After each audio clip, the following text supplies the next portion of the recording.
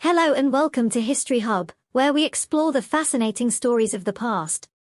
Today, we're going to talk about ancient Egypt and the rise of their empire. Ancient Egypt was one of the most powerful and influential civilizations in the ancient world. It lasted for over 3,000 years, from around 3100 BC to 332 BC, when it was conquered by Alexander the Great. During this time, it developed a rich and complex culture, religion, art, architecture, science, and literature. But how did ancient Egypt become an empire? How did it expand its territory and influence over other lands and peoples? And what were the challenges and achievements of its rulers? To answer these questions, we need to go back to the beginning of Egyptian history, when the country was divided into two regions, Upper Egypt and Lower Egypt.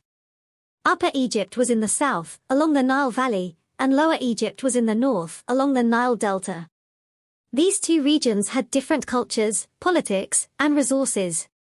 Around 3100 BC, a king named Narmer unified Upper and Lower Egypt into one kingdom. He is often considered the first pharaoh of Egypt, which means great house, or palace.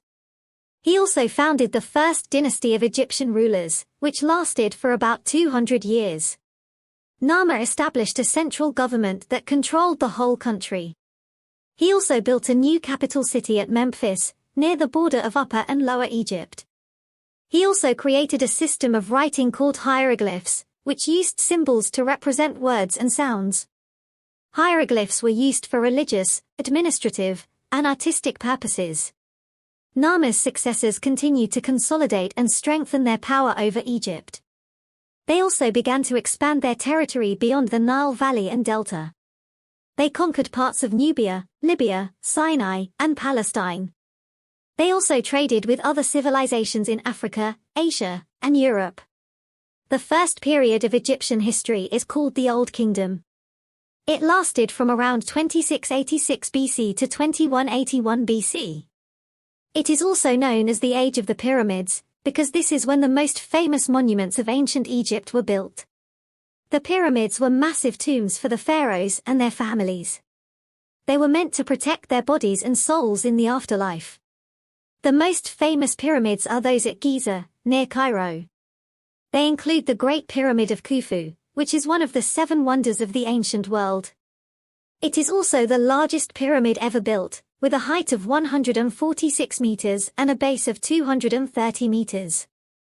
It took about 20 years and thousands of workers to build. The Old Kingdom was a time of prosperity and stability for Egypt. The pharaohs were respected as gods on earth. They had absolute power over their subjects. They were advised by a bureaucracy of officials, priests, scribes, and nobles. They also had a large army that defended their borders and enforced their laws. The Old Kingdom came to an end around 2181 BC, due to a series of factors.